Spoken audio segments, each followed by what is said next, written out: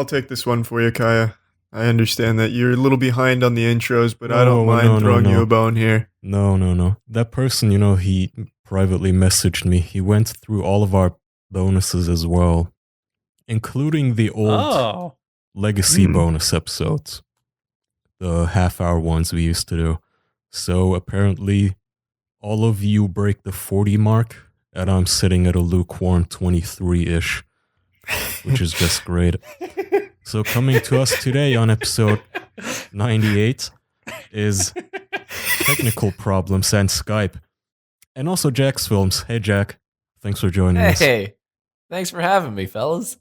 Hey. All right, Jack, enough. Please calm down. Let's talk about Skype, the real reason we're here. Hell yeah. For those listeners at home, we have been forsaken by the Discord meme-generating overlord pylon gathering, whatever the fuck Spriggle shit Discord throws out. Snoofle-doozles.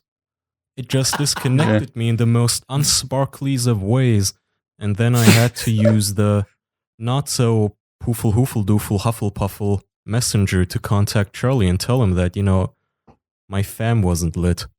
So now we're on Skype. Are you sure? Did you check your Snapple daffs? You might have to rejigger them to go up and down to the Thazel ways. Well, my floop capacitors are all at max, but no dice. Oh, boy. Well, today's podcast is sponsored by Skype. Isn't that right, fellas? Oh, boy. I wish. That's one of our main ones. Oh. So I would never accept money from Skype. I would. It's Microsoft. I'll take that money. I would. Even though Skype's a piece of shit, only used by like 50-year-olds and older, I would absolutely let them pay me to talk good about it. Why not, right? Yeah. Speaking of 50-year-olds and older, Jack, I kind of stepped on your intro there. Would you like to actually introduce yourself to the, 6 people who don't know who you are already? I walked right into that one, didn't I? Yeah, no, sure. So, I'm Jack. I got a YouTube channel called Jacksfilms that's been around for way too fucking long, 12 years. And I do funny ha-has and, comedy videos on my channel. Recently, I've been doing a series called Yesterday I Asked You, or YAI, as it's commonly acronymated into. And thanks for having me on the podcast, fellas. Yeah, for sure, man. We're glad you came on, and we're sorry that you had to do it in this back alley meth lab called Skype with us here. No, it's all part of the journey, right? It's not the destination. It's the official podcast experience. It's really really. As shittily done as it could be. That's our motto. If it could be done, we're gonna do it the worst it can be. Yeah, that's your gimmick, right? I don't understand how these big companies buy out these smaller subsidiaries and then just turn them to complete utter shit when all the good tools are there. Like Microsoft buys Skype and they somehow make it even worse. I don't get it. Google buys YouTube and they make it way worse. Every time this shit happens, they take an alright platform and then they just nosedive it into the ground. I don't get what's going on. Yeah, because I used to use Skype. And everyone it never, did. Absolutely. Yeah, it never collapsed on me. Skype was the go-to for everybody, and then Discord finally came up and went, "Hey, this doesn't have to suck dick." I mean, they get a little try hard in their fucking tech liner notes with we Zapple dapped up to 30% more power, but that's it. Everything else about it works perfectly fine when the servers are up. Oh, I love Discord. I'm just getting into it myself. All Skype don't do that. But all Skype had to do to retain its empire was up the bitrate on these calls just a little bit. Yeah, boy. The UI is just awful as well. I can't stand but the look of it. The initial foothold that Discord got was because disbelievers would try it, like Charlie, and they would immediately see the crystal clear audio quality just grace their ear canal. And you can't just go back. This sounds like we're talking submersed in water. It's horrible. Yeah. It's very crinkly. I think the day that Skype officially died is when Discord added video calling, which was for a while the only thing that Skype had over Discord. And now that Discord has video calling, I don't think there's a single reason to use Skype over it. I honestly have to disagree. I think Skype still has a fighting chance because if you ever have to contact Discord, you immediately want to leave I'd like to share a little excerpt from the Discord Bible that I've saved onto my computer. Please. Sit down, my brothers, and turn your sacred text to the Discord partner support line. So when Kaya reached out to try and get something settled on a Discord server, this is the response he received. Hey, Kaya Orson, Springle here. I just wanted to say thanks so much for reaching out to the partner team. Our ultra-elite gaggle of partner support elves are crunching their way through, solving your request. Yep. We'll get back to you quicker than a hoofer snatch after a reen doodle.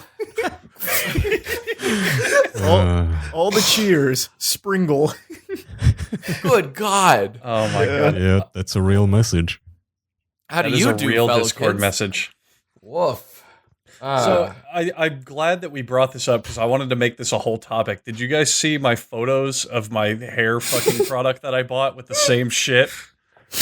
Yeah. So, Jax, I'll fill you in. Earlier today, I got a thing of like hairstyling shit from Amazon, like little paste, just gel basically, and it's from this company called like Viking. Or like Vikings beard or some bullshit, like manly tough guy, but wear this on your face. And I think they're taking a page out of the Old Spice book because when you open the little packet, it comes in a box. And the box says shit like, congratulations, you just made the most awesomest purchase of your life. Oh, and then literally in parentheses underneath it, it says cue explosion in the background. Oh, God. God. No, that's... Yeah. And I think it's Old Spice that started this trend of kind of like out there absurdist advertising, but they do it really well because they hire actual comedy writers to do it, but every other company is just this obnoxious bullshit, and I don't know why everyone's doing it now. Yeah, well, Tim and Eric, didn't they like direct the Tim first and Eric, Old Spice commercials? The ones with Terry Crews, Tim and Eric made and wrote. That's it. Yeah.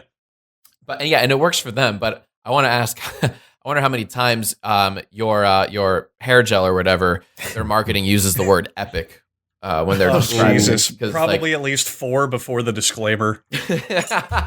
That's such like a 2012 thing. Everything was epic. I'll say this though, Discord was really smart by catering to gamers only, which I think lets Skype to cater to the business world, because Skype still has something that Discord doesn't have, which is it lets you make phone calls. You can reserve an actual phone number. You can call anybody, anytime on the planet for cheap, and that's good for business. That's good for business. Also comes with every computer. Yeah. Yeah, exactly. Oh yeah, it's perfect from a business for boomers. standpoint. It makes perfect. Yeah, from business it makes perfect sense, but for actual user end, it doesn't at all. Yeah, for young people, it didn't make much sense, and that's because young people didn't have anything left after MSN Messenger went belly up a couple of years ago. And then we were all refugees from that. We came to Skype, but Skype wasn't really made for us, I suppose. So when Discord came along and said, hey, young people, here's the Snoopful Doozle, and it's all sparkly. It was too alluring. Has a company's marketing where they try to go for, I understand appealing to kids, but where they try to hit that like niche internet market with like memes and all sorts of buzzwords and little parentheses describing what they do, has that ever paid off for a company except Old Spice, do you think?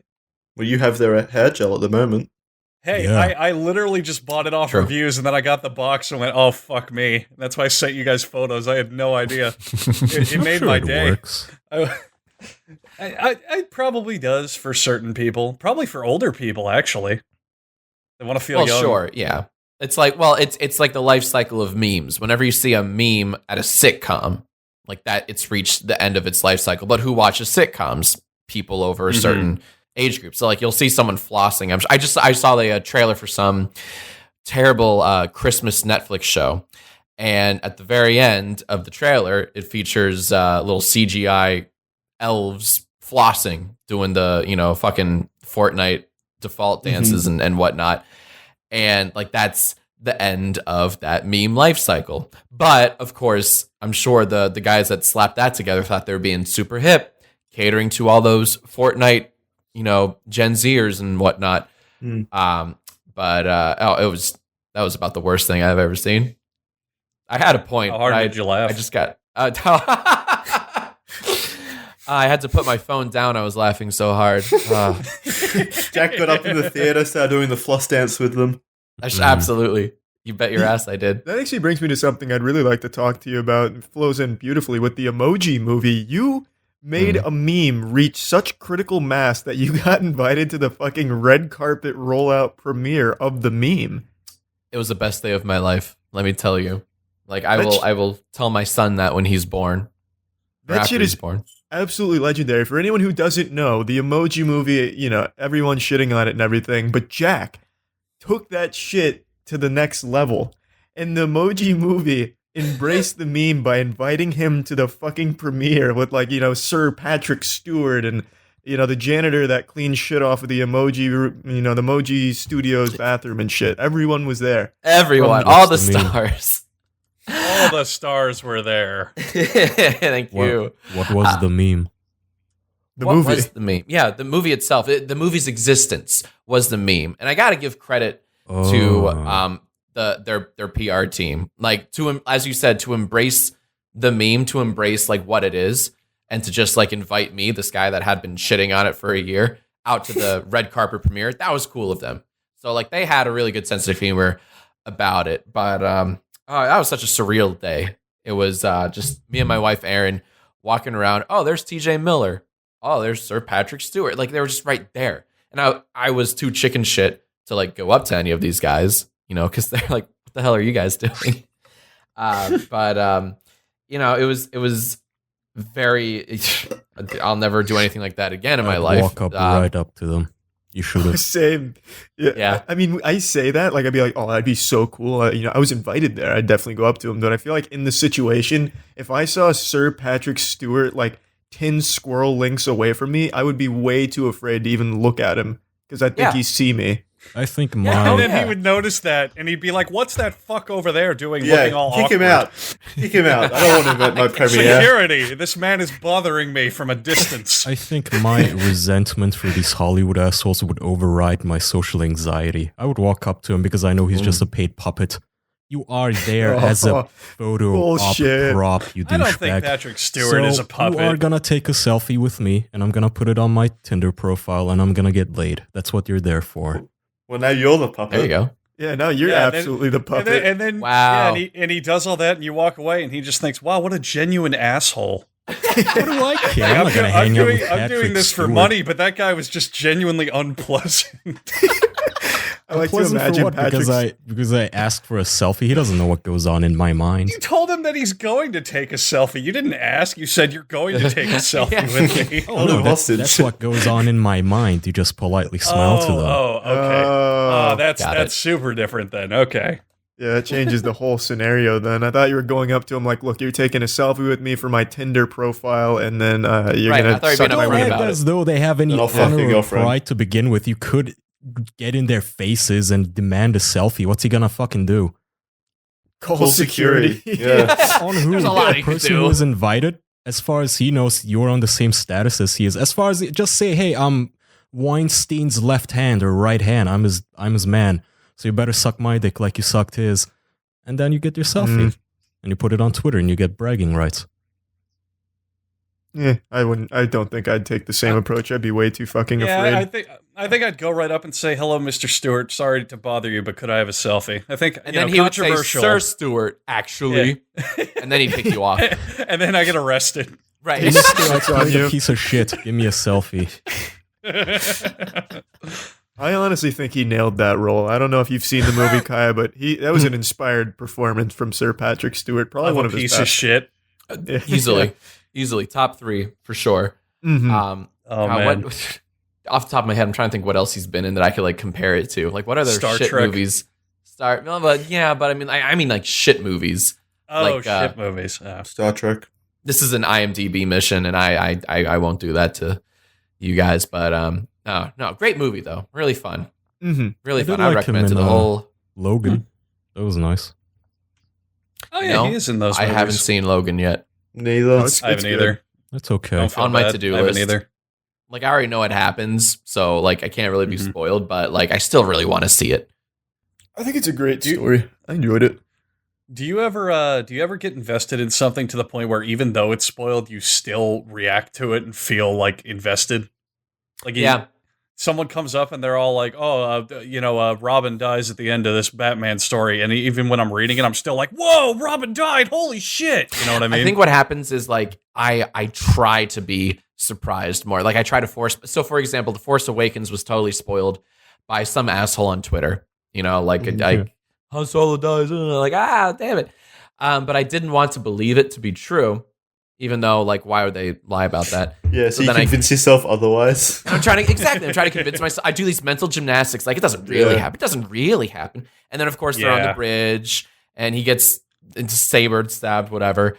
And I think I tried to, like, feign some sort of emotion, like, but let's Just be like real, we all movie. knew. Oh, fuck. But yes. The way that I've kind of gotten into that mindset that helps me a lot is I don't care what happens. I want to see how it happens. Yeah, so like that's a good point. A lot of anime has that big problem where at the end, I like how I can literally just say the word anime and you guys start giggling. It's amazing. I just like the phrase "anime has the big problem of spoilers." It's the only problem anime has. I swear. It is.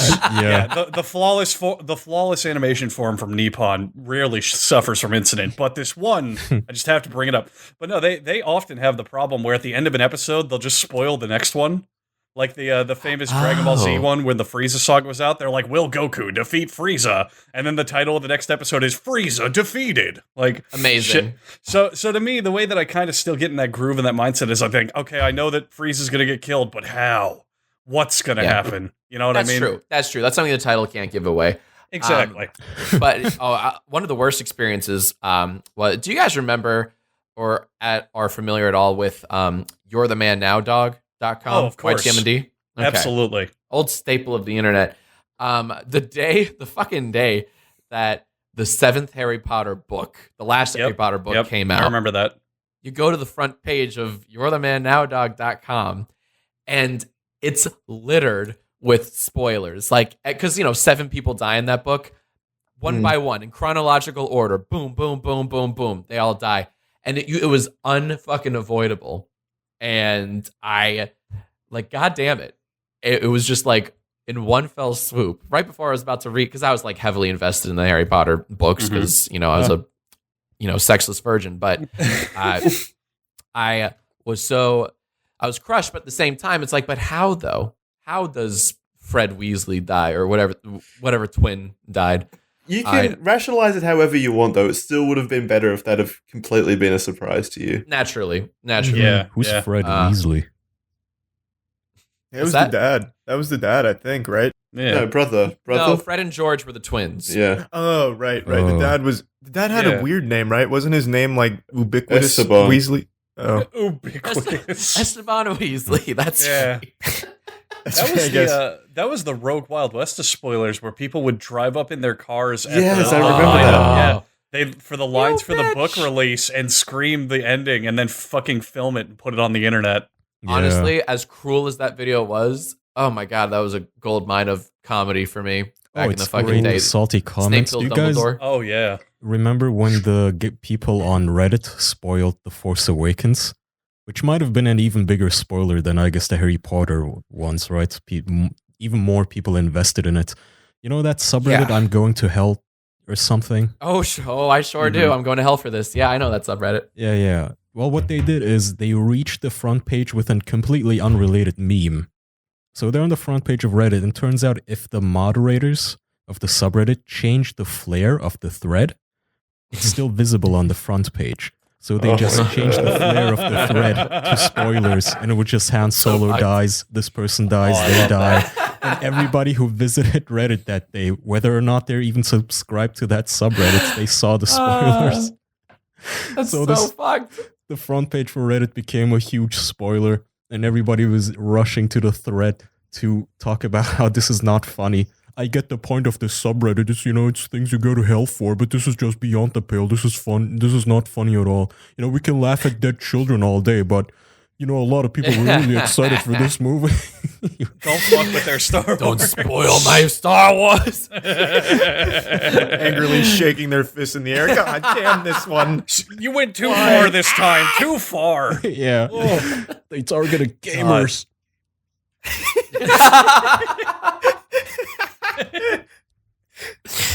Yeah, that'll learn them. Oh, that'll teach them for sure. Yeah. And a good way to teach them even better is to slam the door in their face if they try to come to your house. In fact, don't even let them in your house, because you can see who they are with Ring's doorbell system. Ring has a mission. It's to make your neighborhood safer. And you might already know about their smart video doorbells and cameras that protect millions of people everywhere, because I literally just said it. They help you stay connected with your home anywhere in the world. You can see package deliveries, surprise visitors, and it's all thanks to their HD video and two-way audio on their devices. Charlie, you have a nice house. I have been to it probably 500 times by this point. Honestly, no exaggeration. Maybe. Mm-hmm. Yeah. What do you think about your Ring doorbell? It's fucking great, man. Every time you knock, I know it's you. Not just because I understand that you come over to work out at the same time every day, but because I also check through my Ring doorbell just kind of for the fun of it.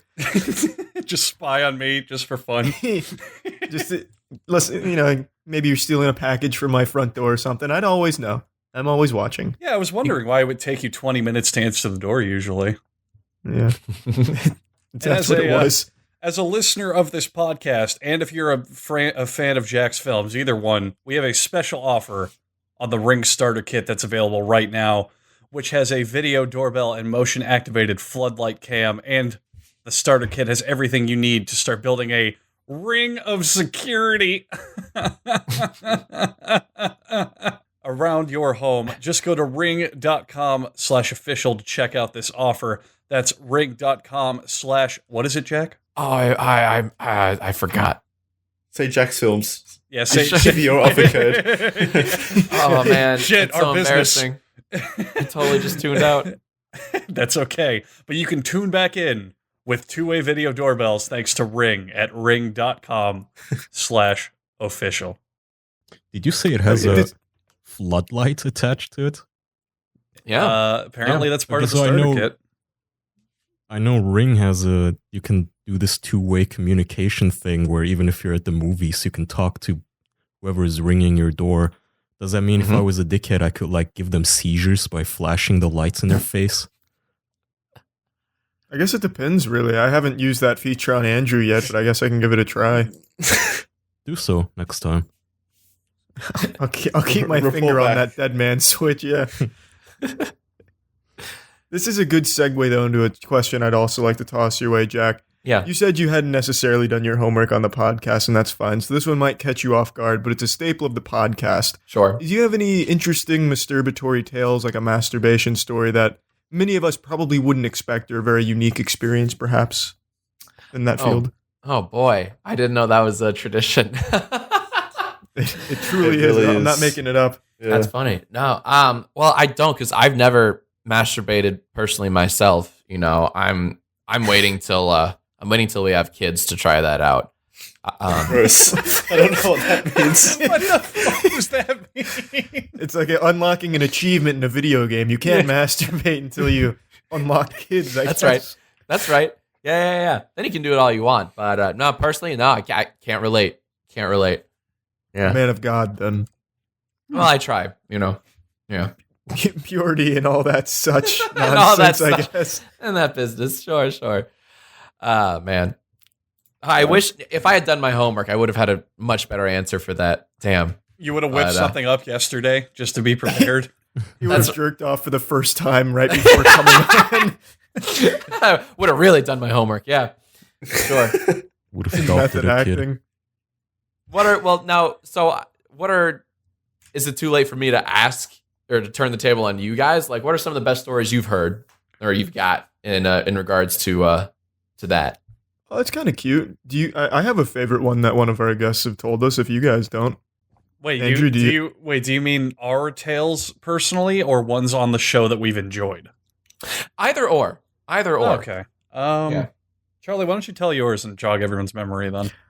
The problem is I don't remember who told this one because it was a really early episode. But we'll see if we can guess. This will be nice. Yeah. One of our guests was jerking off in a hotel room, and it was to like some the standard stuff like the pay-per-view nonsense. This was during the podcast, right? He was jerking off during the yeah. Yeah.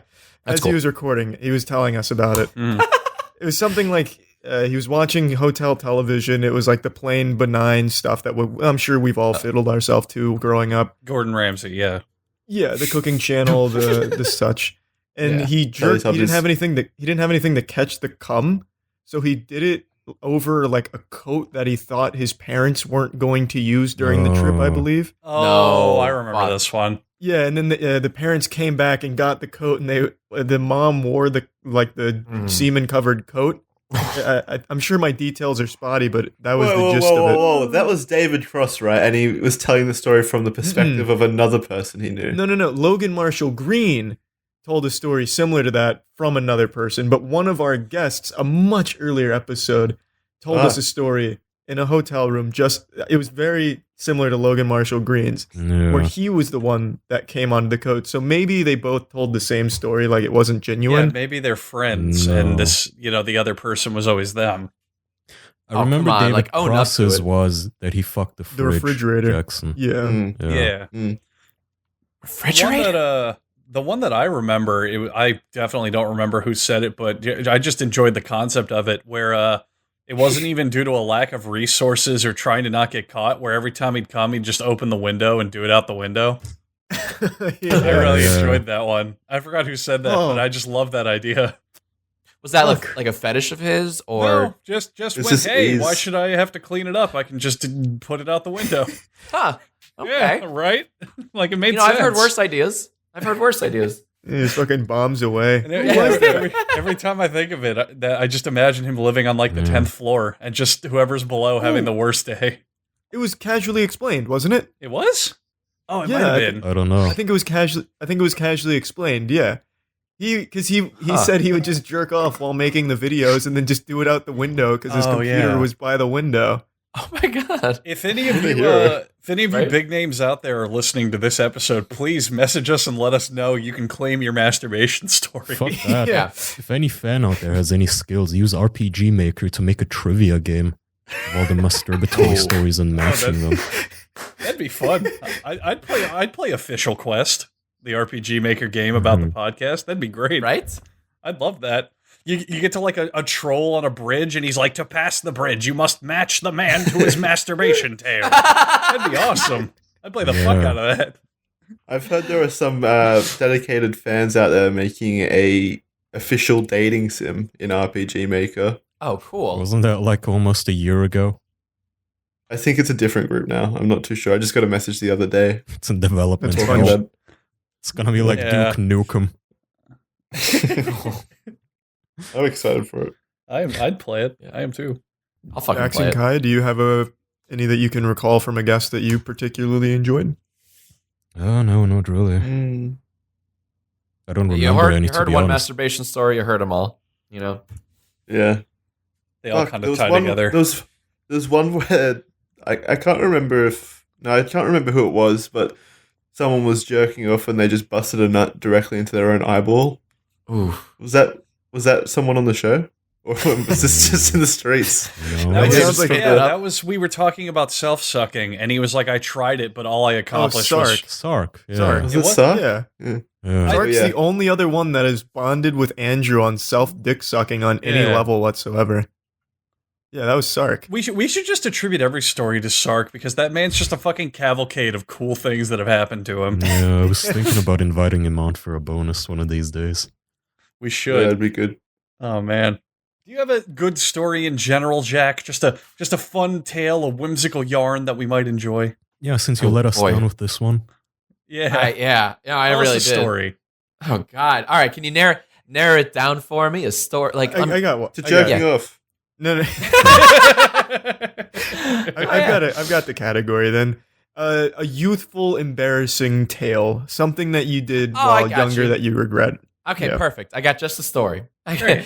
All right, gather around ye who would hear this and hear it well. When I was in middle school, there's this one friend of mine, Jason, who just never, ever, ever failed to make me like bust the nut laughing. Like this guy was just he was the funniest guy in class, and he was just wise beyond his years, just really like the smartest guy in class, and therefore the funniest. And we were like pretty tight. So he would occasionally invite me over to, you know, his parents' place, and we would play like N64, like what would we play? Like a Clay Fighter 63 and a third, like just one of those like classic. Yeah, you know it, yeah. Oh yeah. And this guy, so while we would play these goofy games, he would do all the voices. Like he would do all of these terrible voice impressions of you know, all the characters on screen, and I would just start laughing. So one day in particular, he was extra funny, I guess, and I was laughing so hard that I quite literally sharted my jeans, just completely and irrevocably. And I had to go excuse my. I tried to play it off, and how do you play off shitting your jeans? Like, there's no cool way to like, oh, I'll be right back, man. There's no cool way to do it. No, you say I just came in my pants. At least that's a little bit better. You know what? Then they think you're a man. If you're a little kid, then you're impressing people. Fuck, I just came because I'm such a heterosexual male. Yeah, sorry, I was thinking about titties too hard. Oh, that would have been so much better. Instead of shitting yourself, you loser. Yeah, fuck. So I go to the fucking bathroom, and I'm there for like an hour, I guess, just trying to like clean up, salvage whatever mess I can. And of course, salvage. Yeah, what are you saving it for later? Mom, look what happened. I'm trying to like, well, thankfully it was his place. But it was rough, man. I was, so that was a really messy, terrible day, for old Jacksfilms.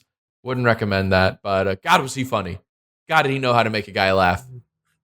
So much so that he crapped his pants. Clearly, yeah. Yeah. Have you shitted yourself since then, perhaps? Have I shitted myself since?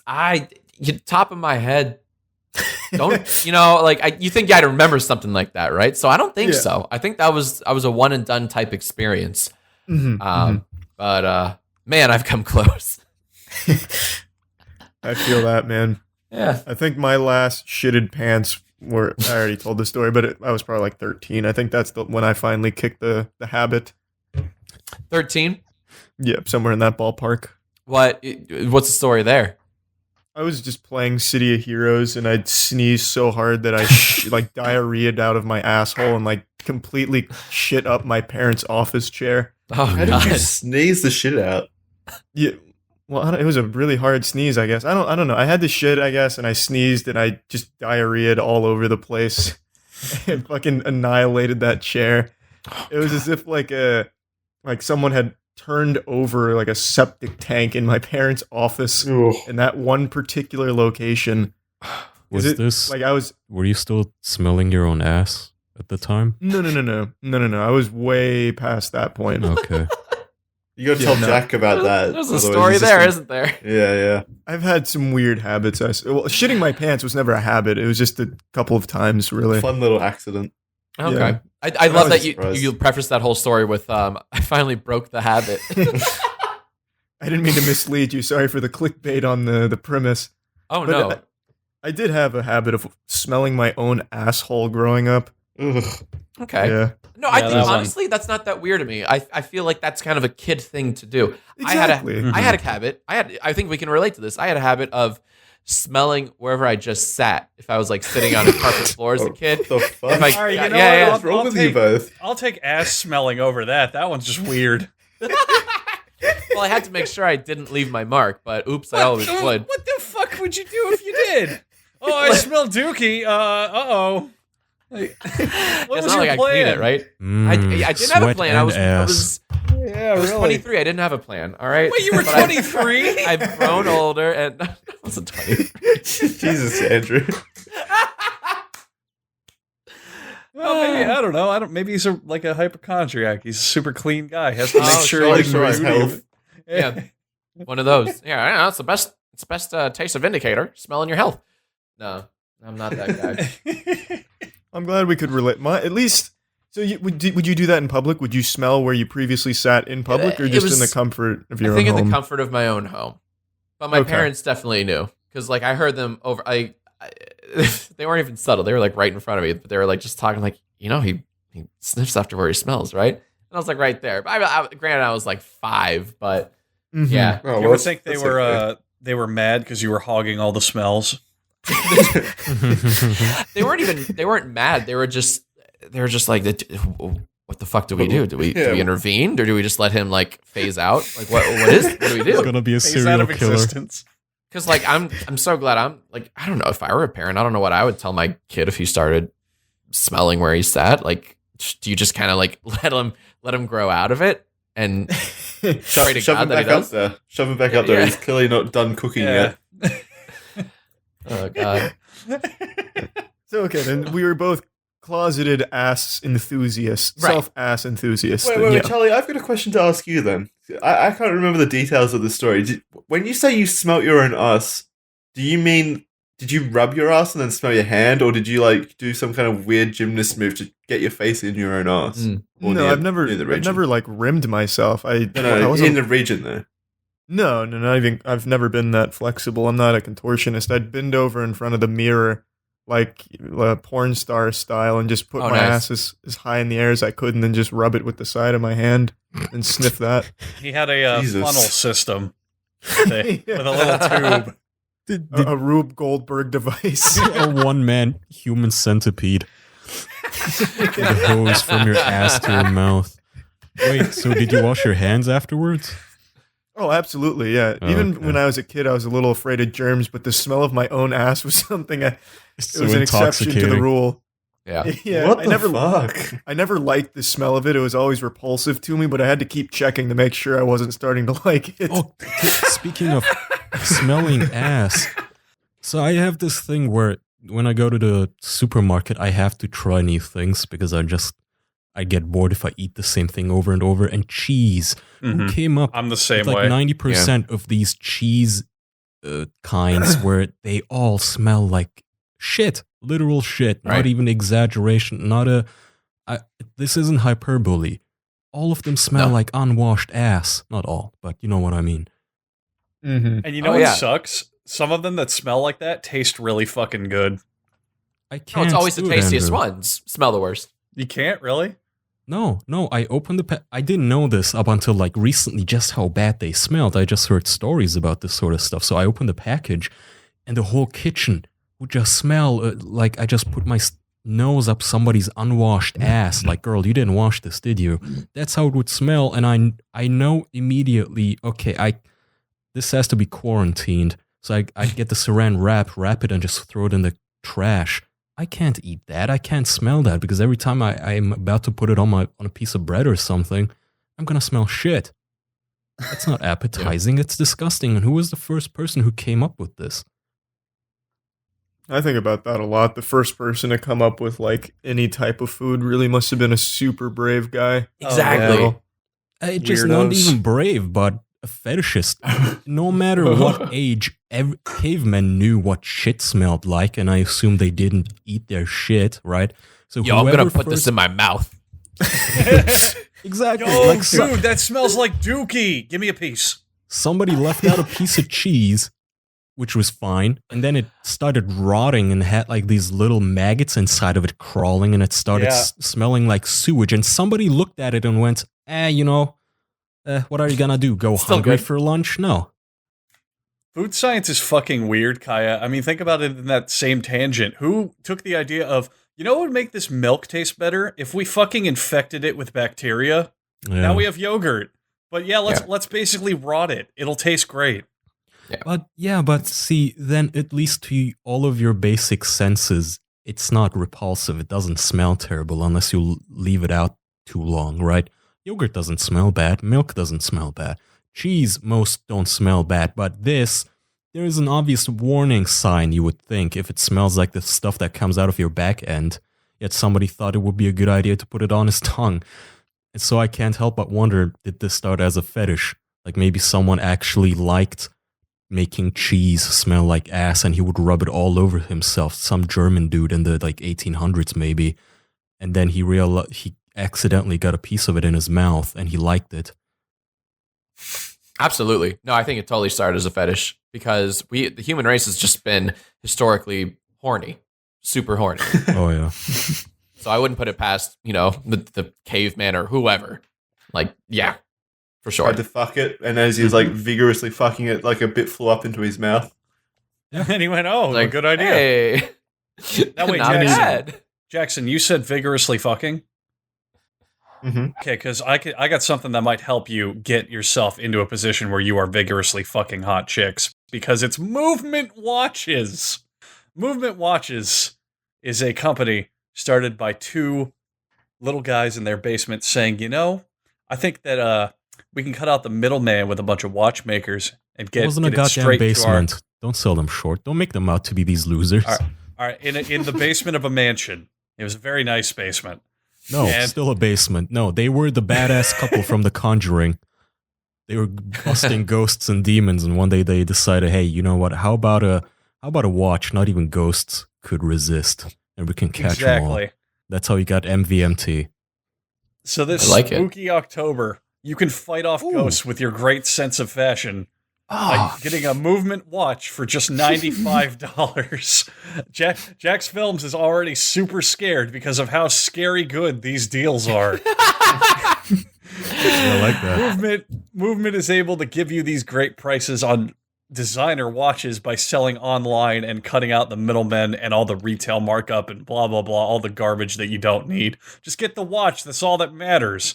Kaya, you were absolutely masculine and flexing your pecs here about fighting ghosts this October with a nice watch. So why don't you tell everyone how they can tell that it's totally not time for ghosts? Jack, you have a Movement watch, and there's a good reason for it, isn't there? I'm wearing it right now, and I love my Movement watch. Goddamn right. This man has money, and he chose Movement watch because he's a smart spender. He knows that he could get a premium watch for a cheaper price. So you don't have to get spooked by going to the mall and looking at their watch prices for all the garbage they are selling you. Instead, you can go to mvmt.com/official and you will get 15% off, but just today, and free shipping and free returns if for some reason you decide that you do like to be haunted by inaccurate time. So go to mvmt.com/official and join the movement to banish the earth of demons and nuns. Amen. That was great. Join the movement. That was great. Very, very Halloween themed. On that topic, Jack, do you have any incredible Halloween plans or Halloween stories? So I got some stories. No plans. Yes. We are going to. So my wife and I are going to Vegas on Halloween weekend because Halloween's on a Wednesday this year. So the weekend before, we're going to be in Vegas because we want to see my wife and her girlfriends, and I guess me too. We all want to see the Backstreet Boys live in concert. Yes, fuck yeah. I like how he tried to dump it on her. Yeah, I did. And they're like, no, fucking own up. Feel no shame, man. For literally months, Charlie and I have talked about doing the same exact thing. Is that right? Same thing. Going to Vegas for a splashling of other stuff, but mainly just to see the Backstreet Boys. Can I tell you guys something? It's worth it, and I'll tell you why. We've seen them before, and they play every fucking hit. Like it's not like they play everything from their new album and like maybe one or two songs from the 90s. They have a new album? Exactly. Are they alive? How old are they? Yeah. It's like the Backstreet Gentlemen at this point. They're in their early 40s now, right? They're all married and have kids, geriatrics. Man. Yeah. They're all in their 40s, or I think Nick's in his late 30s and everyone else is in their 40s, something like that. Now, Jack, wait, I have a very important question about the show. You said you saw them before, right? Yes, sir. Do they still dance? They still fucking dance. Fuck yeah. I thought it was just mostly they like sat around and did like lounge singing style of the songs. That's awesome. Dude, it's a full show. Lights, that's fucking great. Dancers, did I say lights? But like they go bananas. It's not like Backstreet Boys Unplugged. No, it's a full on Vegas fucking show. And like you name it, they sing it. And it's actually pretty dope. It's like, oh, they still got it. That's kind of cool. It's like reassuring. Compression socks. Wow. Hold on. What are compression socks? It's the thing old ladies will wear so they don't get, I don't know what it's really called medically, but an accumulation of water in their feet. Yes, they do. But that's just because they style. have to. Right. Yeah, it's what's in for their generation now. That's right. Varicose veins are the new tattoos. Wow. Ooh, I like that. You're getting me actually hyped for this, Charlie. I think we need to actually start committing to making this trip because this sounds amazing. I'm telling you. When are you going, Jack? Can we tag along? Is it too late? Hell no, you can tag along. It's Friday. It's like the Friday before Thanksgiving. The Friday before Halloween. We'll meet you there. Sounds like a premise for tight. a horror movie. Yeah, right. Going on a trip the day before Halloween, alone in an hotel room. What are you The going to do? Backstreet Boys nearby. It's like one of those old ass Scooby Doo cartoons where like Scooby meets the Globetrotters. You know what I'm saying? On tonight's episode of Scooby Doo, they meet the Backstreet Boys. Critical meets the Backstreet Boys. Oh. It's like when Simpsons does shit. It's like when Homer says, "Lady Gaga, what are you doing in Springfield?" And I fucking hate that shit. But no, it's great. What about you guys? So those are our very non-Halloween plans, but I'm hoping you guys have something a bit more sinister and spooky planned for the occasion. No, we're all going to see the Backstreet Boys as well. Oh, okay, right. You've sold us. That was easy. With all the money I saved with my movement watch, I can afford the trip. Hey, my man. My honest to God Halloween plans are probably just go to the local bars and drink as usual. So what's your poison? Oh, I'm sorry. Oh no, I was just going to add on to what he's saying. Last year we dressed up as sexy nuns and went to bars for costume stuff. So I'm guessing we'll do something similar again. It's what spawns the spin-off, The Nun, currently in the theaters. Is that right? Damn. Well, let me tell you, man, that costume was made for women. But being a 6'4", over 200-pound man, it fit me perfectly. Oh, I hope you rocked it. I hope you fucking rocked it. I bought the extra large, and I even asked the woman when we went there. I was like, "Hey, I'm a big dude, and like this is a woman's extra large," and she was like, "No, you'll be fine." It fit fucking flawlessly. I was very impressed. Damn, she knows her stuff. She knows her costumes. Yeah, it was great. She was working at the sex store. She has to know her stuff. She's got to be on her A game. Oh man, was your question about what's your poison? Like, what do I drink? Was that it? Yes, that was it. I'm glad you asked. I've been waiting for an opportunity to promote this drink, and I'm sure you can agree, being a man of fine taste, Jack. It's a vodka Coke. Any vodka Coke. Mm-hmm. Yeah, very underrated and unknown. Really needed some promotion here. Really? Yeah. You would be very surprised how many people give me shit for ordering vodka and they Cokes rightly during happy do. hour. Yeah, and they correctly do. Well, Why correctly? I guess it's not the norm. It tastes like shit. It doesn't. It tastes fine. You know, one of Charlie's friends, was it Caleb? What was it? Him and his girlfriend. What was their names? Oh yeah, it's Caleb and his girlfriend. He probably wouldn't want us saying her name, but yeah, Caleb and his girlfriend. Yeah, I didn't want to seem rude, looking like I forgot, but I did. I was getting a vodka and Coke, a rum and Coke when we went to the frat party place. And he immediately asked me, "Are you getting a vodka and Coke?" And I asked him, "What do you want me to get?" And he had no answer. Right? I mean, that's the thing too. Like when you ask him, "Well, what do you want me to drink?" Does it make any difference? Isn't the point to just get drunk? Who cares what I'm drinking? Yeah. Like who are you to judge? You know, it's we're all getting to the same result. You know? Why are we here? We're here to do wine tasting. I don't give a shit what I drink as long as it gets me there. I will concede that it is a means to an end, and I'm totally on board with that. At the end of the day, I will drink anything. But to me, when you're at happy hour and you reach that kind of level where you're sipping on stuff, it's like I don't want to be sipping on something that tastes bad. You know what I mean? I think it tastes fine. What about you, Jack? What's your opinion on a vodka Coke? Well, first of all, who the fuck sips during happy hour? Yeah. Thank you. Yes, that's my question. Sipping? Get the fuck out of here. Fair. Fine. Politely slurping. I don't know. What's the? That's a little better, I guess. Jack, what's the term when you've had like Chugging. 5? What's the term when you're like 5 deep and it's like I'm going to take this one slow, whatever that one is. Being a pussy. Yeah. All right, fine. Apparently, I'm just not man enough for the drink. That's fine. Jack, what you don't know is that Andrew is a lightweight, and I think most of these guys are. Oh yeah. Okay. Well, we'll have to go drinking some time and see who who the real lightweight is. But, who's face down in the vomit first? I like the challenge. Yeah, make a game out of it.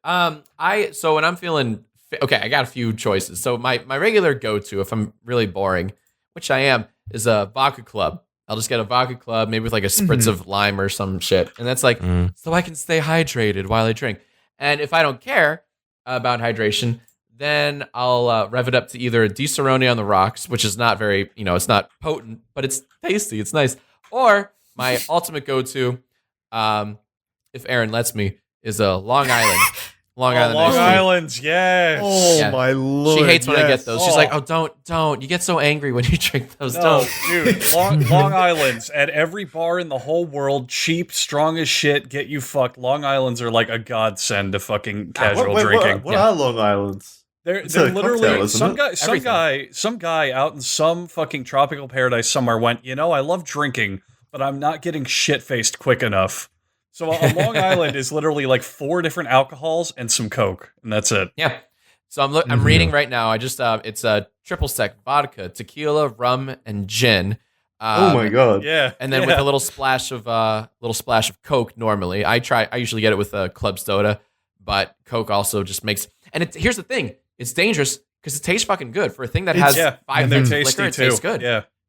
But I hate gin. I hate gin though, but it still tastes. You don't even taste it. You really don't taste it. You taste the Coke more than anything. The Coke and the lemon juice. Huh. If you mix Long too many Islands are things, amazing. you only end up tasting alcohol plus whatever mixer you're using. Honestly, a Long Island's probably my favorite mixed drink overall, but that's something like you have to. It's not something you get at happy hour because that's not something they'd offer. But that's kind of been not really a tradition, but when Andrew and I go out and we're bar hopping, there's a bar in our area called Yard of Ale that does this thing called a yard. Oh, yeah. You can order, so you'd get a Long Island in the yardstick, so you're just walking around. Yeah, so you're just walking around with this giant dildo full of like 9 alcohols. It's beautiful. So Charlie's secret plan when we do that, at least the last time we did it, is I was waiting. I think I was talking to some of your friends outside the bar, and he went, "I'm going to go get us Long Islands." And I went, "Do it." And he came back out, and he brought 2 of the Long Islands. He like sipped on his a little bit, and I had mine, and he went, he went, "Hold this real quick." And then he just disappeared. So here I am just double fisting these big gay fruity drinks, just wandering the bar alone. And then he came back. And then he came back and found me, and he had gotten himself a different drink. So here I am with these big towering floppy dicks of fucking alcohol. Meanwhile, he's apparently been doing God knows what for 30 minutes. So what I'm saying is don't let Charlie order you a yard. He'll just make you have it. That's Noted. True. Noted. I typically drink it. It's just that particular night, a bunch of my old friends were out, so I was at the bar with them as well. And Andrew, he was talking to some other people and didn't come. That's true. That was his fault. And also, to be fair, Charlie is a good think drinking buddy, but only on Friday nights, basically. Other than that, he's Ned Flanders and kind of judgy. And also, Charlie, to be fair, I think over time I did drink both of those anyway, so it wasn't that big of a deal. You're welcome, by the way. They're good. I'm waiting a long time for you to thank me. They make good Long Islands. Charlie, you were the only person. We were, I think this was the evening of the convention that we went to. So we come back from the con. It's us and I think 3 other people, like your friends/fans kind of people. And we're at your place, and I'm sitting on your couch. I have my legs up. Or for some reason, I was like immobilized. Either I had my legs up and I was way too comfortable, or Tetra was next to me or something. And I craned my neck back and I asked, "Hey, can I get a drink? Can one of you get me a drink, please?" And no, everybody ignored me. Everyone. There was 7 people in that goddamn room, and every single person just fucking ignored me, acted like, "Oh, I'm not hearing this sad cry for more alcohol." And then I saw Charlie, and I locked eyes with him, and he knew, I knew. He started smiling, and he went, "I'll get you a drink," and he got me a drink. Oh, now, Kyle, let's also Charlie give everyone. friend. Let's give everyone else some credit, though. This is the man who How many times during the week that you were here did you say that exact phrase just to anyone who was listening? Kai is literally the friend where he's thirsty and wants a drink. If he can avoid it, there is no way in fuck he's getting that drink himself. He will find any patsy that he can. How many times did you say, "Hey, can someone give me a drink? Can you get me a drink while you're up? Can you grab me a drink?" 2 or 3 times at best. One was that's a lot. Come on. That adds up, man. Huh? That adds up. It was. I remember only twice. One was during our podcast recording where I asked Charlie's girlfriend to get me a drink, and she did, like a decent human being. And that's nice. It was after the convention where I asked Charlie, "Can you get me a drink?" And he did, like a decent human being. Other than that, I pour my own drinks. You're the one coming into Charlie's home gym judging me. First of all, I'm working out. I'm the one not being lazy doing. I'm the one not being lazy working out, doing kettlebell swings and pull-ups. But you're coming and judging me because I'm drinking a screwdriver because that's my workout drink. I was not. No, I was not. That was the only thing I was pointing out. You have a workout drink. What does that mean? Functioning adults don't have an alcoholic workout drink. Screw you. That's all I was pointing out. You can drink and work out. I don't care. You're stronger than me at the end of the day. You're probably in better shape than I am, and that's all great and good. But the fact that you went, "I need to work out. Where's my screwdriver?" is when I went, "Oh, wait a minute. What's going on here?" Well, maybe that's a secret to my power, Andrew, and maybe it's the alcohol and it's all the vital minerals, Charlie. It's the secret to liver disease. Do you guys all work out together? Andrew and I do. The other 2 guys live on the other side of the planet, but Andrew and I hit the gym together. I love it. That's adorable. Mm-hmm. It's fun. Shit. Yeah. You too might be able to find a workout buddy if you use ZipRecruiter.com. You can find a whole bunch of job listings. Maybe there's a workout friend there for you. Tell them about it, Andrew. If you're looking for jobs or you want to post jobs for hiring, you could use a site that would send you a ton of wrong resumes to sort through. And that's not smart. There's a lot of job sites out there that'll make you wait for the right candidate to apply for your job. And that's not smart. You know what else isn't smart? Using your relatives to fill in for you at work while you're looking for staff. That's just not smart. There's a lot of not smart ideas out there, like making the lottery the centerpiece of your retirement plan. What are you thinking? No.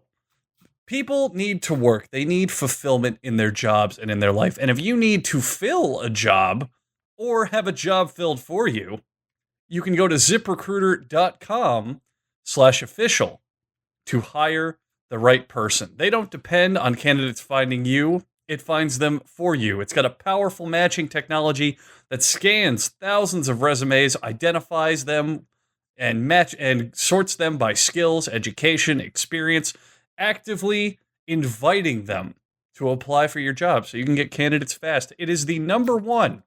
ZipRecruiter's number one, not number 2, not number 6, not even number 1 in a little subsection of, the Northeast. No, the number 1 rated by employers in the U.S. job website. So if you want to post your job, find the right candidates, you can go to ZipRecruiter.com/official and get your qualified candidates fast. That's ZipRecruiter.com/official. Now, normally I would ask Jackson because he's the only boy who hasn't done an ad to help me out with here. But Jack, could you just spell ZipRecruiter for me here? I sure could. ZipRecruiter is ZipRecruiter.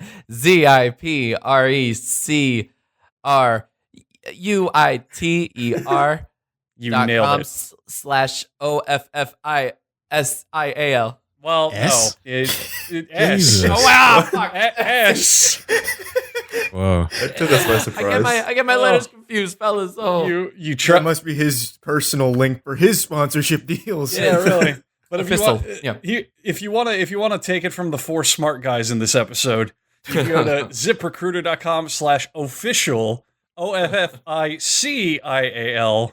Damn it. And take advantage of the number 1 rated employer website in the United States. Jack, I'm sorry. If this were a spelling bee, you would have gotten the little bell. Ah, damn it. Damn it! Isn't it a buzzer? Never... No, they use a little bell because it's more polite. Oh, yeah, I see. Probably crushed too many. The buzzer probably crushed too many feelings. I've always felt weird about that. Where in spelling bees, you get a little bell if you get it wrong, but if you get it right, they just say that's correct. Like why couldn't they just say I'm sorry, that's incorrect or something? You know what I mean? Yeah, it would be more of a Pavlovian response if it were a bell and it was correct, right? Yeah, I thought you meant you wanted like a massive celebration whenever they got an answer correct, like fireworks go off, strippers come out. Just the whole fucking stage transforms. You got it right. And everyone would want to spell. And all the kids would go, damn, man, this looks awesome. You're going to the next level. And then they start rising on a giant platform to the next stage. It sounds like that old arcade game Panic Park at that point. What's that? You guys didn't oh, Jesus. That's an old arcade game I used to play. It was kind of like that. Panic Park. I've never heard of it. Oh, no. It looks incredibly Japanese. Yeah, it was a Disney Quest. That's how I remember it. Huh. Well, Jack, I've got a question for you. So you recently took yesterday, I asked you, to the live show format. Is there anything you'd like to talk about in that regard? I know you've had a little bit of technical hiccups here and there, so apologies. Many. Always, so many platform here. Yeah, man. So I had this idea, I don't know, a year ago to somehow gamify this Yesterday I Asked You show. And because people, more than they want to like watch it, they want to be on the show. They want to be a part of it. So I've been trying forever to figure out, all right, how do we figure this out? How do we turn it into a game? And so finally, I just had a eureka moment. Let's just do it on Twitch. Everything's built in on Twitch, right? Like you can. The thing I love about Twitch that you can't do on YouTube Live yet is that when you can. Like I ask a question and people submit answers on Twitch, but they use a code. They type an exclamation point and then, 4 or 5 characters and then their answer. And I can track all of those on a separate spreadsheet that only I can see so that like I can read off their answers as they come in at my own pace. And I can highlight which ones up, blah, blah, blah. The point is Twitch allows you to do that in the chat. And then there's a voting segment. So like I pick 5 good answers that I like and I come back with a poll and I say, all right, guys, here are your top 5 answers. It's time for you to vote. And they literally vote by typing in the chat 1, 2, 3, 4, or 5 that, whatever number corresponds with the answer on screen that they like.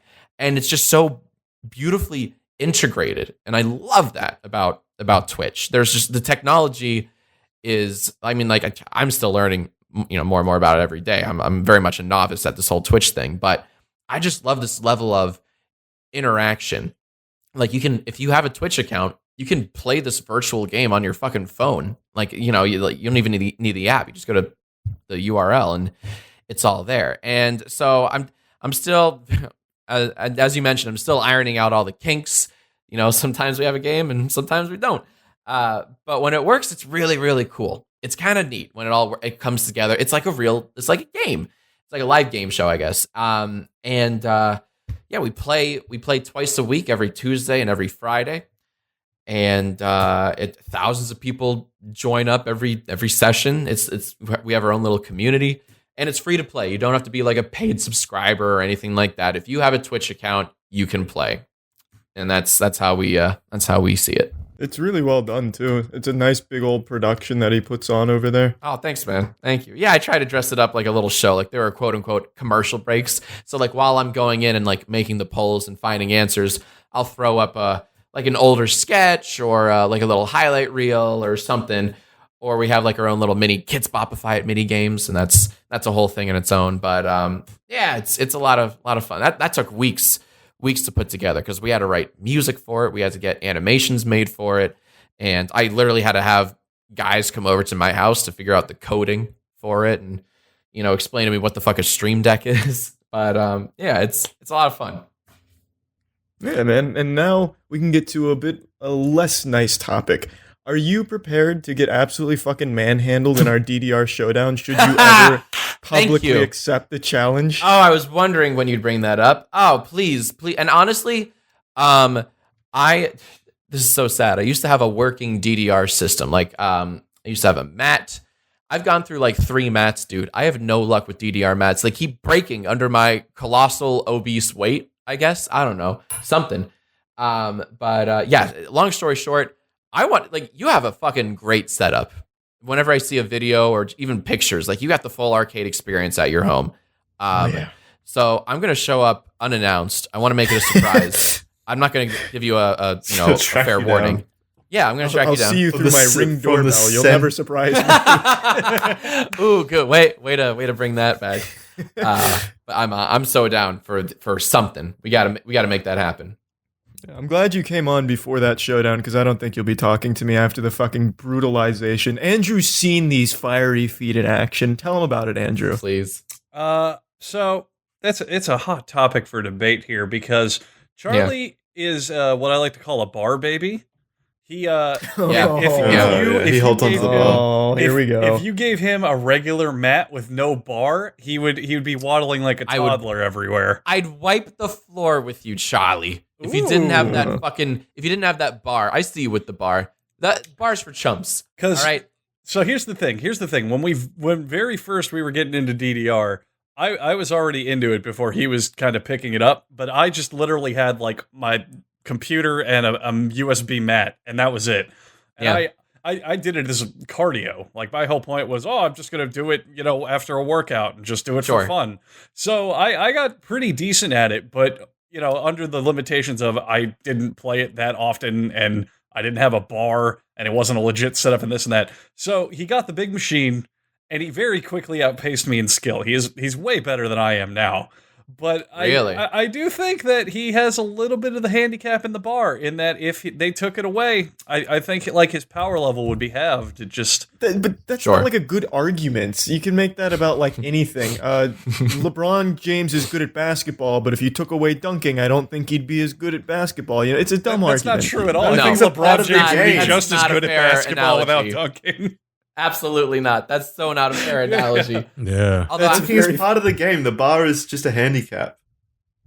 I can't do it with the bar. Every time I go to an arcade, can't do it. You know what the bar is? You know how in bowling, when little kids want to try bowling, they bring out that big slide thing and then push the ball down? That's what the bar is. You're the gutter rails. The gutter rails. So Jack, all of that. Jack, let me ask you if you agree with me on this like this. So I got for DDR for the whole like dancing rhythm of it. Once you get to where you're just stomping your feet as quickly as you can and you need the bar, that's not dancing anymore. No. Oh, Jesus, here we go again. It's a dance. Video games aren't art. All right. I've heard it a million times. By that point, then what's the difference between that and just getting a controller and pushing the buttons with your fingers? It's the same shit. Well, you burn fucking 800 calories an hour. That's one difference. Look, it does take more physical ability, but by that point, it's like you're just tapping buttons to a rhythm. To me, it's like there's some semblance of like dancing when you don't go super crazy, Okay, I'm gonna have to disagree. That's where you and I disagree. DDR never at any point looks like someone dancing, because you know why? Dancing looks cool. I'm not trying to say by dancing that it's actual dancing. I'm trying to say that it has like a dancey rhythm to it. Whereas when you're just stamping the buttons, you're just kind of like, quickly mashing your feet as fast as you can. Sure. Maybe in like medium mode. I'm trying to figure out, or I'm trying to like gauge where exactly that is. Because you're right, you have a point. Like it can kind of look like a rhythm type, movement. But when you get to extreme, like which is where I'm at, of course, then it's just it's gobbledygook. It's like a typewriter. Just matching what's on the screen. All I'm saying is I am much more impressed. Like, you can take the guys who play at the expert level tournaments and literally they just hold the bar and their feet move so barely that it looks like they're just standing in place really quickly. That's fine. I'm much more impressed by the people who memorize the charts and do actual dances with the fucking arrows. Yeah, that's way cooler to watch and way more fun. That shit's impressive. That shit is like, I don't even know how long that would take. Sometimes they face the audience, as in they face away from the screen and do it that way. Exactly. That is cool. You guys remember when we went to Dave and Buster's? Yeah, those two guys. Two lunatics that just stood at the dance machine all night. They were there for like 8 hours. Oh, They yeah. had towels. They had their squad with them, wiping them down after every rotation. Shut up. That's amazing. Yeah. And they were doing these complex maneuvers where they were jumping over each other onto each other's plates and stuff. It was like, it's pretty insane. That was the first time I've seen anything like that. I would pay good money to see that. But it was Step It Up, so it was kind of irrelevant. Yeah, pump it up. Or pump it up. Yeah, the bastard child of DDR. Yeah, what's the difference? Like, what's the arrow arrangement for? Step it up. Oh, it's an X with a little middle arrow. Got it. The X with middle. Yeah, that's not. Have you seen this new one in Japan? It's the whole floor is like a touchpad, and you like slide like the whole. Ooh. Oh, that's cool. The whole floor like lights up. Of course, I can't remember the name for it, but it kind of looks like the next big thing if it ever takes off in the States. But it sounds like you have a stake in the company or something. The problem I can't legally say that I'm invested in it. The problem with it fucking taking off here, though, is because our arcade scene is such shit. It's going to be crammed in Dave and Buster's, where you have to wait behind like 30 kids to even try it. Yeah, that's a good point. What's that, Andrew? What do you want? A VIP fast pass for adults? Yeah, well, no, I'd love to go to Japan and try their arcades where they actually have like a big amount of machines and shit, and not just you're still going to be waiting behind kids. You're going to be waiting behind some 16-year-old with a towel.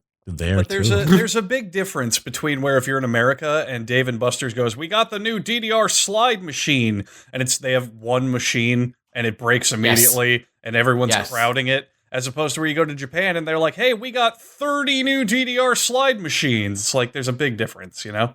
Yeah, and also 2 billion Asians right there to use it. I feel like you're going to be just as disappointed once you take your Japan trip, Andrew. You're going to come back shell-shocked. You're going to hate Japan. You're going to be like, this is not like anime. This was horrible. They all laughed at me. They called me a gaijin and kicked me out of the arcade. I expect Super Saiyans at the airport and like giant monsters everywhere I go. And every time I walk in a building, I catch a girl changing and she goes, get out, senpai, every single time. But she likes it and calls you back. Yeah, she blushes. Big titted cab driver, like Ginki desu, Anju-san. Anytime anyone ever falls over, I can see their underwear just perfectly every single time. Oh, yeah. And you get a nosebleed. Yeah. That's exactly what I expect, 100%. Hey, you guys ever play a Beat Saber? Yeah, I love Beat Saber. I played it here too. Honestly, that's that could be the next, like, this generation's DDR. If they somehow figure out how to make VR more portable, more accessible to everyone, and way cheaper, and that you don't need like a crazy, $3,000 PC to, run the whole thing. If they can figure all that out, Beat Saber could be like the next big thing. Beat Saber's insane. I love it. I think Beat Saber's great. I think the big leap we're waiting for, the one that'll finally push it into like everyone is buying it, is we make it wireless. I think that's the one holdback. Well, that's what. Yeah. Like wireless, and so that you don't need a fucking Alienware computer to power, or just something like because that's there are all these things attached, not even just physically, but like there's so many caveats that come with VR, and that's the reason. And also, you need so much space. That's the other thing. Like you can't. It's not just like the living room. You need like those two big, I don't know, like light stands practically that are like 15 feet apart from each other, so that you have the 3D space and the spatial awareness and stuff. It's excessive. It's excessive. You need a garage, basically, is what you need. So like, and not everyone has that. So if they can figure that out, happen. Oh yeah, like give it a couple of years, I think. A lot of years. I think at least maybe 2 decades until it's viable for the mass populace. That's why all the big online games, they always keep their graphics simple, like World of Warcraft, CSGO. You could run it on your phone, right? Which is why people, even third world countries, children in internet cafes can play it. Meanwhile, people in first world countries don't even know what an internet cafe is anymore. But it's accessible to everybody, and I don't think that's going to be happening anytime soon with VR. Shit's just too primitive at the moment. Yeah, I think they're making a lot of improvements. They've already got wireless. Well, to a degree. The next integration of Vive, the Mark II of Vive, is wireless in a sense. You still have like every single pack that uses the wires, but the headset itself doesn't, I think. Yeah, that's a big step. That's a step in the right direction. Yeah. It's getting there, and that's only been out for what, a year and a half? Yeah, something like that. So it's going pretty fast. I don't know. I think they're going to run into problems. A lot of problems, and it's not going to be just that easy. I mean, how much do those things cost? Oh, $600, man. Yeah, not including the shit you need to run it, Yeah. So it adds up. It adds up. But like I think they're onto something. I mean, and AR is another thing that people are trying to figure out. Like the last iPhone, announcement conference or Apple event. It was so much about the AR capabilities of the phone, right? And right now, people don't fucking use AR apps and games on their phone. It just puts stickers in the world. That's what's bullshit. that? It just puts stickers in the world or whatever. Yeah, exactly. Like we don't know how to properly use it in a practical sense. It's very gimmicky right now. But if we can figure out like actual real world applications and better games, because nobody's playing the fucking shooters that use, real life surfaces and you use your table as the battlefield. Like nobody fucking does that. But, I think there's something there. So I think there's going to be some weird marriage of AR and VR. I don't know how, I don't know what, but I don't know. I totally agree with that. I watched a video from some YouTube guy who made a AR Yu-Gi-Oh! Just like in Yu-Gi-Oh! Season 1. So you that'd be so fucking cool. That's holy shit.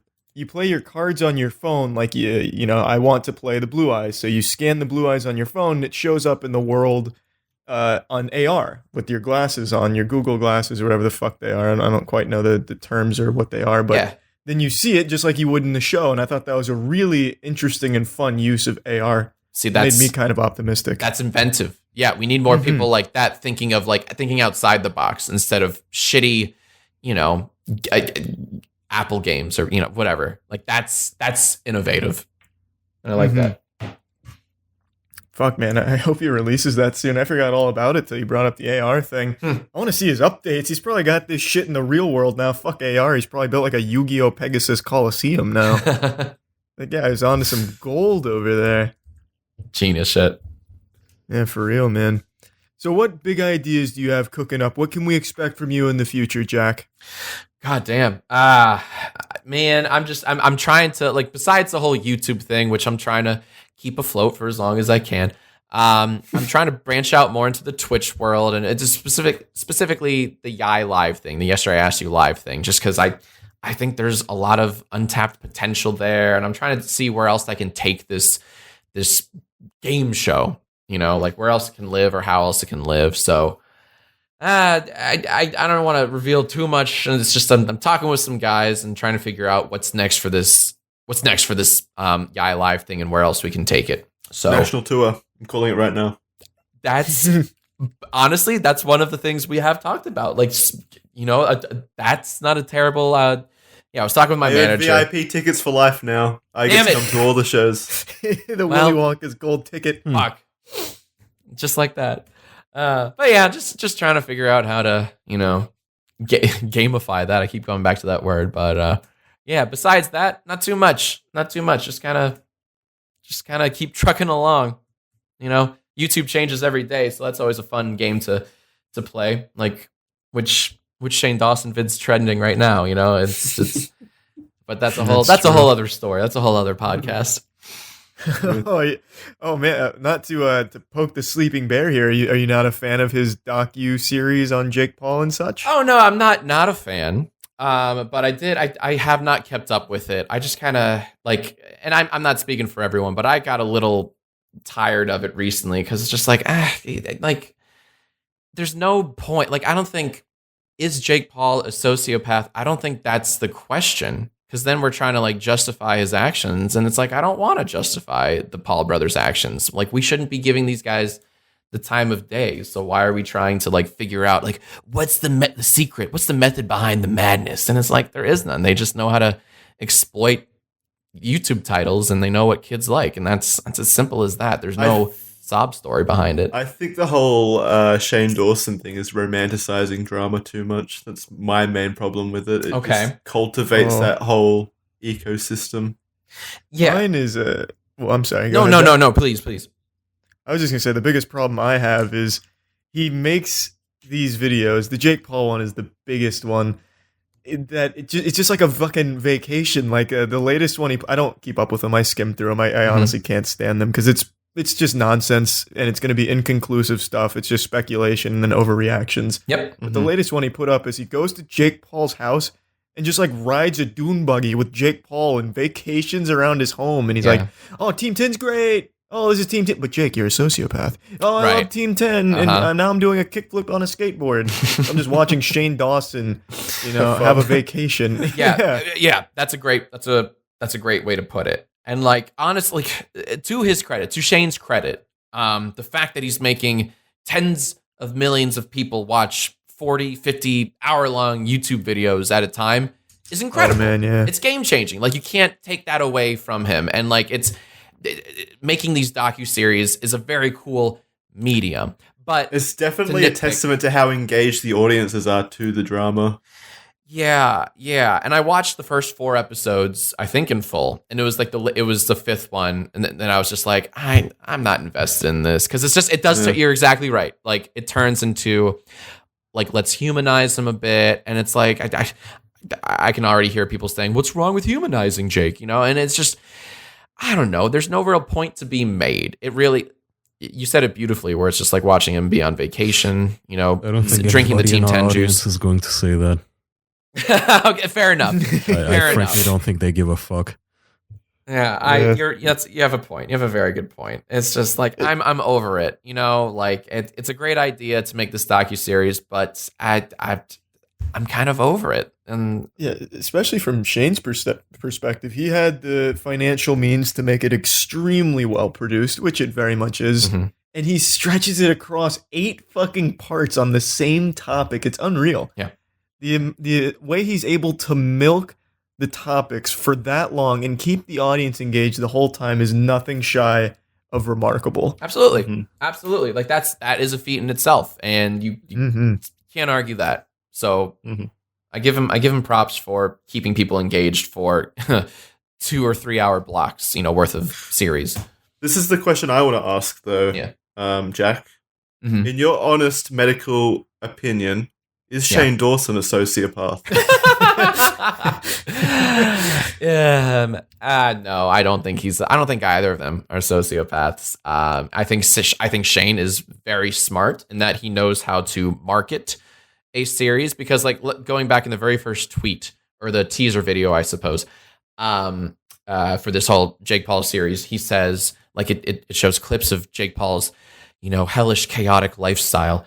And then it ends with Shane looking at a laptop, and he just kind of says, like, I think Jake's going to be mad when he finds out I'm doing something that he doesn't think. I don't know. It's some good cliffhanger. So people are like, oh, he's going to shit on him. Nice. He's not afraid.